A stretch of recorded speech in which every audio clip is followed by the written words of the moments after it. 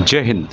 आज है 4 जुलाई 2025 और आज के प्रमुख सैनिक समाचार इस छोटे से वीडियो के माध्यम से जानेंगे।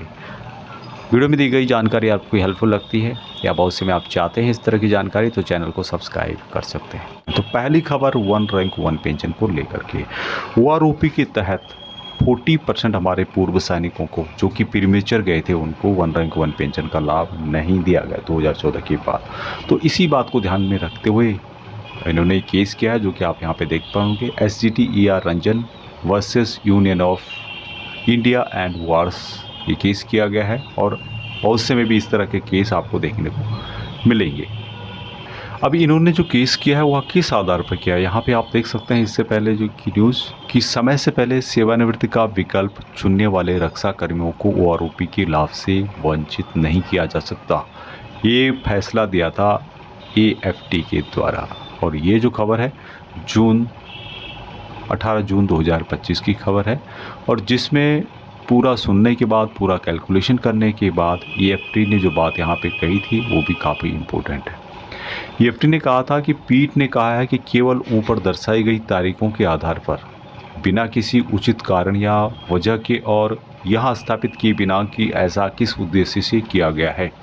समय से पहले सेवानिवृत्त कर्मियों की एक ही श्रेणी में विभेद करना संविधान के अनुच्छेद 14 और 16 के तहत उपलब्ध अधिकारों का उल्लंघन है और साथ ही कट ऑफ तारीख तय करने के मामले में सर्वोच्च न्यायालय द्वारा निर्धारित कानूनों के सिद्धांतों के विरुद्ध है और यह एक समरूप वर्ग में विभेद पैदा करता है। जहां पर सबकी बात समानता की जाती है वहां पर आप एक वर्ग के साथ भेदभाव कर रहे हैं, तो ये संविधान के जो अनुच्छेद 14 और 16 के तहत यहाँ पर अन्याय है और जो प्रीमेचर गए हैं उनको भी इसका लाभ मिलना चाहिए। यहाँ पर AFT का कहने का तात्पर्य यही था कि सभी को वन रैंक वन पेंशन का लाभ मिलना चाहिए, चाहे वो प्रीमेचर गए हैं या नॉर्मल डिस्चार्ज गए। दूसरी खबर, जो भी पेंशनर्स हैं, सरकारी कर्मचारी हैं, उनको उनके कम्यूटेशन से रिलेटेड है। हम सब जानते हैं कि कम्यूटेशन की जो राशि काटी जाती है वह 15 साल तक काटी जाती है। तो यहाँ पर 8th पे कमीशन के तहत बताया गया कि अब 12 में मिलेगी पूरी पेंशन, 8वें वेतन आयोग में सरकार देगी बड़ा तोहफा। अगर आप कम्यूटेशन पेंशन के तहत एक मुफ्त राशि लेते हैं तो सरकार आपकी पेंशन में 15 साल तक राशि काटती है, इसके बाद आपको पूरी पेंशन देती है। यह सब हम जानते हैं, लेकिन अब इसी को 15 से घटा करके 12 साल करने की मांग हो रही है। अगर 8वें वेतन आयोग में इसमें हरी झंडी मिल जाती है तो कर्मचारियों को 12 साल के भीतर ही पूरी पेंशन मिलेगी। अभी ये जो मांग की गई है ये की गई है कर्मचारियों की यूनियन के द्वारा। कर्मचारी यूनियन और पेंशनर्स का इस मुद्दे को लेकर कहना है कि 15 साल का समय बहुत ही लंबा होता है और यहाँ आर्थिक दृष्टिकोण से अनुचित है, क्योंकि ब्याज दरों में कमी के कारण सरकार की वसूली की गणना में असमानता होती है, जिससे कर्मचारियों को, जो लाखों कर्मचारी हैं, उनको अपने पेंशन का एक मोटा हिस्सा गंवाना पड़ता है। अगर 15 साल की जगह इसे 12 साल कर दिया जाए तो सेवानिवृत्त हुए कर्मचारियों को इसका फ़ायदा होगा और उन्हें जल्द से जल्द पूरी पेंशन का लाभ मिलेगा। इसके संबंध में नेशनल काउंसिल और कर्मचारी संगठनों ने पेंशन कम्यूटेशन को लेकर के कैबिनेट सचिव को एक पत्र सौंपा है। इसमें इसकी अवधि को 15 साल से घटा करके 12 साल करने की मांग की गई है। अगर सरकार पेंशन कम्यूटेशन की अवधि को 15 साल से घटाकर 12 साल कर देती है तो रिटायरमेंट होने वालों को 12 साल में पूरी पेंशन मिलेगी। अगर इस नियम के पीछे से लागू किया जाए तो मौजूदा और पुराने पेंशनर्स को भी इसका फ़ायदा मिल सकता है। तो जो पुराने पेंशनर्स हैं उनको भी इसका फ़ायदा मिलना चाहिए यदि सरकार इसको लागू करती है तो। अगली खबर है कि जुलाई 2025 में महंगाई भत्ते में बढ़ोतरी। केंद्र सरकार के कर्मचारियों के लिए 4% की बढ़ोतरी की संभावना है, यानी कि 4% DA आपको जुलाई 2025 से मिल सकता है। इस तरह की न्यूज़ आप हर पेपर में देख सकते हैं। DA hike July 2025, 4% increase likely for central government employees. तो जितने भी सेंट्रल गवर्नमेंट एम्प्लॉयज़ हैं 4% DA 2025 जुलाई से बढ़ने की संभावना है। इसका जो कैलकुलेशन इन्होंने दिया है हालिया मुद्रास्फीति के आंकड़ों के आधार पर, रिपोर्टों के अनुसार केंद्र सरकार के कर्मचारियों को जुलाई 2025 में महंगाई भत्ते DA में 4% की बढ़ोतरी मिल सकती है। इस कदम से महंगाई भत्ता मौजूदा 55% से बढ़कर के 59 हो जाएगा। यह बढ़ोतरी जुलाई से लागू होगी, लेकिन आधिकारिक घोषणा अगस्त या फिर सितंबर में त्योहारी सीजन के करीब होने की उम्मीद है। सीपीआई डेटा के आधार पर डीए 59% तक पहुंचने की संभावना है।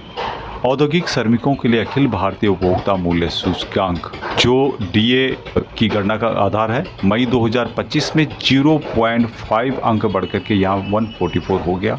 सूचकांक में पिछले 3 महीनों में लगातार वृद्धि हो रही है। मार्च में 143 हुआ था, अप्रैल में 143.5 हुआ था और अब मई में 144 पर यहाँ आंकड़ा पहुँच गया है। यदि सूचकांक इसी तरह बढ़ता रहा और जून में 144.50 तक पहुंच गया तो AICPIW all India consumer price index for industrial worker का 12 महीने का जो औसत है 144.17 के आसपास पहुंचने की उम्मीद है। अभी 7वें वेतन आयोग के फार्मूले का उपयोग करके समायोजित करने पर यह लगभग 58.85% की दर में बदल जाएगा। राउंड ऑफ करने पर सरकार जुलाई 2025 में 59% डीए को मंजूरी दे सकती है, ऐसा इनके द्वारा कहा गया। और इस तरह की न्यूज़ आप काफ़ी न्यूज़पेपरों में अपडेट केंद्रीय सैनिक बोर्ड की जो ऑफिशियल वेबसाइट है वहाँ अभी काम नहीं कर रही है। उम्मीद है कि जल्द ही जुलाई के फर्स्ट वीक में आपको ये एक्टिवेट हो जाएगी, ऐसी संभावना है, क्योंकि उनका जो लेटर था जिसमें 3 महीने का वक्त दिया गया था और 3 महीने ख़त्म हो रहे हैं। तो इसी के संबंध में राज्य सैनिक बोर्ड के द्वारा फाइनेंशियल जो असिस्टेंट है ESM एंड फैमिलीज़ के लिए क्या दी जाती है उसके संबंध में अपडेट दिया गया है। पहला कि prime minister scholarship scheme PEMSS granted for professional course, degree course like BTech, MBBS, BSc nursing या इस तरह कोर्स कर रहे हैं तो लड़कियों के यहाँ पे 3000 रुपये पर मंथ के हिसाब से दिया जाता है, बॉयज़ को 2500 रुपये पर मंथ के हिसाब से दिया जाता है। तो इसके लिए भी आप अप्लाई कर सकते हैं। दूसरा है कि final assistant for education of child public widows of ESM up to graduation, तो यहाँ पर 1000 रुपये up to rank of havildar and below equivalent को दिया जाता है पर मंथ के हिसाब से। नेक्स्ट है पेनरी ग्रांट फॉर नॉन पेंशनर्स, जो नॉन पेंशनर्स हैं उनको पेनरी ग्रांट दिया जाता है 4000 पर मंथ के हिसाब से दिया जाता है up to rank of havildar and below and equivalent after 65 year of age. Next है कि final assistant for marriage of ESM daughter या फिर विडो मैरिज के लिए 50,000 रुपये एक टाइम का दिया जाता है और ये होता है हौलदार एंड बिलो रैंक और इक्विवेलेंट के लिए। Final assistant to non pensioners ऑब्लिक विडो ऑफ मेडिकल ट्रीटमेंट के लिए यहाँ पर 30,000 रुपये पर annual up to rank of havildar and below के लिए दिया जाता है। नॉन पेंशनर्स हैं जो जिनको पेंशन नहीं मिलती है। Final assistant for treatment of serious disease, जो सीरियस रोग है, कोई सीरियस डिजीज है, उनके लिए यहाँ पर 1,25,000 रुपये का फाइनल असिस्टेंट दिया जाता है। सभी रैंकों को एक समान दिया जाता है। 7वां है कि final assistant for mobility equipment for handicap who disable after retirement 50% और मोर डिसेबल, तो यहाँ पर फाइनल असिस्टेंट मोबाइल इक्विपमेंट के लिए दिया जाता है जो कि हैंडीकैप हुए हैं रिटायरमेंट के बाद 50% या फिर उससे ज़्यादा, तो 1,00,000 रुपये उन ESM को दिया जाता है। 8वां है कि final assistant for 100% disable child of ESM, जो भी ESM है GCO तक यदि उनके बच्चे 100% डिसेबल हैं तो उनको 3,000 रुपये पर मंथ के हिसाब से दिया जाता है जब तक उनका जीवन है। 9वां जो है finance assistant for interest subsidy on home loan for वार, तो यहाँ पर 1,00,000 रुपये तक इसकी लिमिट है, तो इसका आप फ़ायदा उठा सकते हैं। अगली खबर है 8वें वेतन आयोग को लेकर के कि 2026 से लागू होना मुश्किल है, इसमें यहाँ पर देरी हो सकती है। केंद्र सरकार की ओर से 8वें वेतन आयोग की मंजूरी के बाद अब 1 करोड़ से अधिक केंद्रीय कर्मचारी और पेंशन भोगियों को इसके गठन का बेसब्री से इंतजार है, लेकिन अब यह सवाल उठता है कि इसका गठन कब तक होगा।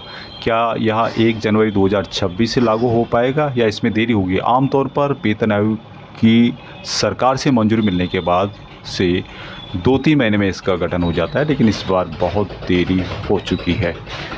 अब इस जो देरी है इसका फिटमेंट फैक्टर पर असर पड़ेगा या नहीं पड़ेगा, यह बात की बात है। इस संबंधित न्यूज आप देख सकते हैं कि 8वें वेतन आयोग में देरी, अभी तक न अध्यक्ष नहीं कार्य शर्तें। इसमें बताया गया है कि सातवें वेतन आयोग का गठन 25 सितंबर 2023 को किया गया था और तथा इसके TOR को 156 दिनों के भीतर यानी 28 फरवरी 2014 तक अधिसूचित किया गया था। तुलनात्मक रूप से 8वें वेतन आयोग की 16 जनवरी 2025 की घोषणा के बाद से अब तक 160 दिन से अधिक का समय बीत चुका है तथा सरकार की ओर से कोई स्पष्ट प्रगति नहीं हुई है। कर्मचारी यूनियनों ने इस पर चिंता जताई है और कहा है कि सरकार इस तरह कर्मचारी की अनदेखी नहीं कर सकती। राष्ट्रीय परिषद JCM के सचिव शिव गोपाल मिश्रा ने कैबिनेट सचिव को औपचारिक रूप से पत्र लिखकर के संचार और कार्रवाई की कमी पर चिंता व्यक्त की है। पत्र में बताया गया है कि चर्चा पहले से ही हो चुकी थी और स्टाफ साइड की सिफारिशें काफ़ी पहले से प्रस्तुत कर दी गई थी, फिर भी प्रशासन यहाँ पर चुप है, मौके।